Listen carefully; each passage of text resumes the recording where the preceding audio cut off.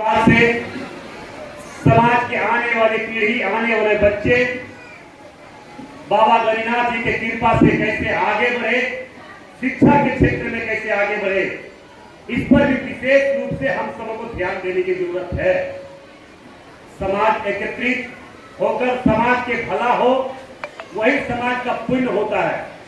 और मुझे पूरा विश्वास है, मधेसिया वैश्य समाज हो या पूरे वैश्य समाज के लोग सदैव समाज के प्रति और राज्य और राष्ट्र के प्रति समर्पित भाव से, ईमानदारी भाव से समस्या का समाधान और काम करते हैं।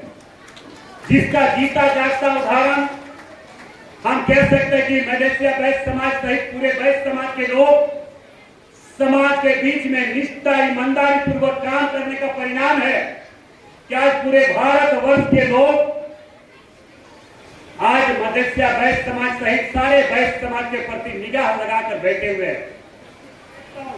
जिसका जीता जाए प्रधानमंत्री नरेंद्र मोदी जी भी वैश्य समाज से ही आते हैं।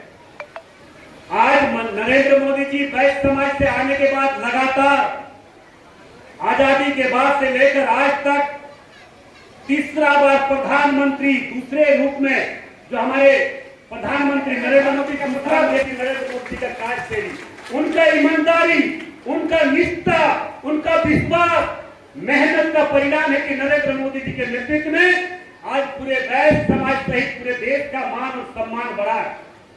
उपस्थित भाई यही आग्रह निवेदन करना चाहिए, बहुत ऐसे लोग जो गलत मानसिकता वैश्य समाज के प्रति खास करके रखने वाले लोग होते हैं, जो सिर्फ और सिर्फ मानसिकता ये बनाकर रखता है कि वैश्य समाज के लोग तो सिर्फ तराजू से ही सामान तोलता है, ये सिर्फ बिजनेस करने वाला जात है, ये ठेला चलाने वाला जात है, भूजा बेचने वाला जात है, दुकान चलाने वाला जात है।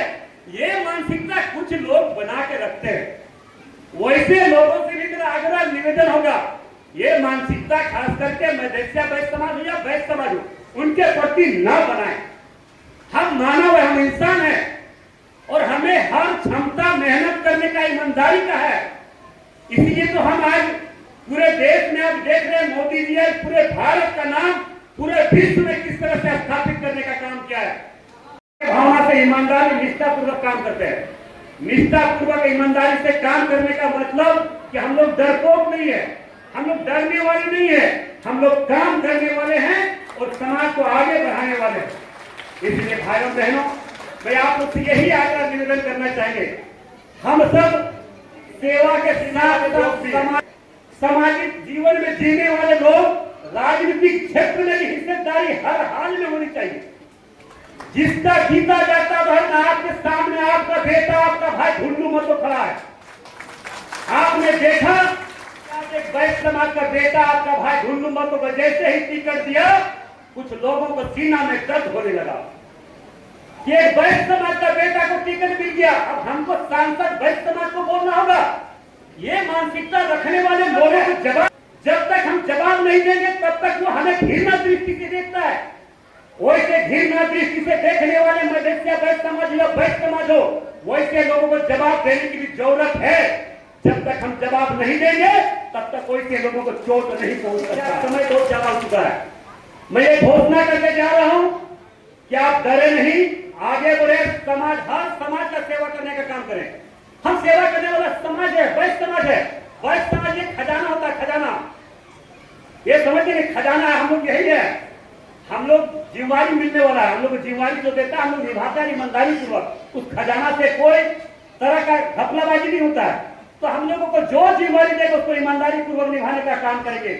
मैं आप लोग से इतना ही आग्रह निवेदन करना चाहेंगे कि आज आप सोच लीजिए, हमारे भैया जमीनदाता परमानंद जी हैं, इतने बड़े जमीन आपने देखा स्वतः एकदम भगवान गणिनाथ जी के बाबा के नाम से दान कर दिए। मतलब इसी धनबाद के धरती पर आपने देखा होगा, एक एक डिस्मिल, दो दो डिस्मिल जमीन के लिए एक दूसरे का मर्डर करने पर उतारू हो जाता है। और हमारे वैश्य समाज के लोग दान करने वाले लोग हैं, दानी लोग हैं। खावा साहब से लेकर हर वैश्य समाज के लोग को देखिए, दान करने वाला समाज होता है। जब देश की बारी होगी, देश खिलाफ आजादी की लड़ाई लड़ा जा रहा था, उस समय भी खावा साहब ने आपने देखा कि अपनी सारी संपत्ति देश के लिए कुर्बान कर दिया। उसी प्रकार वैश्य समाज के लोग जब देश का बात आ जाए, समाज का बात आए, मान सम्मान का बात आ जाए, तो अपनी हर संपत्ति को कुर्बान करने के लिए तत्परता के साथ खड़ा रहता है।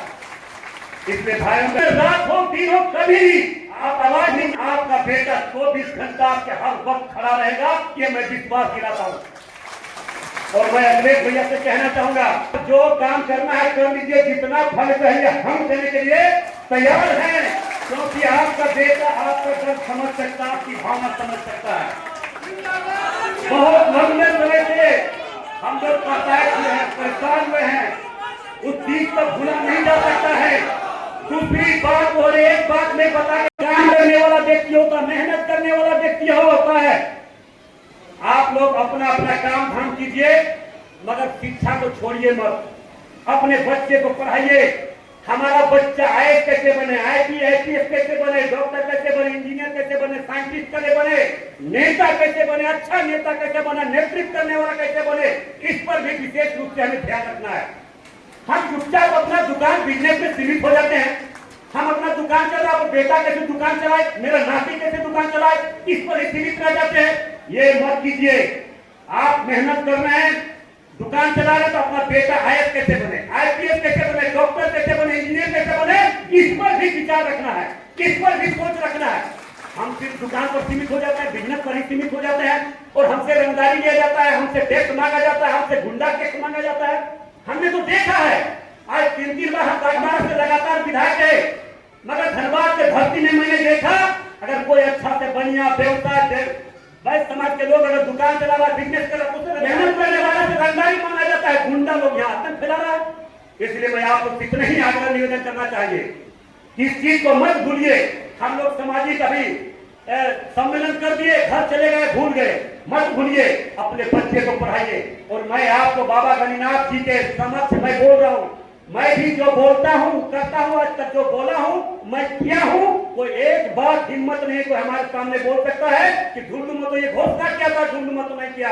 मैंने 5 लाख रुपए देने का घोषणा किया था, डीसी को मैंने लिख के दिया, भैया गए थे, डीसी यहाँ पे अलाउ नहीं किया।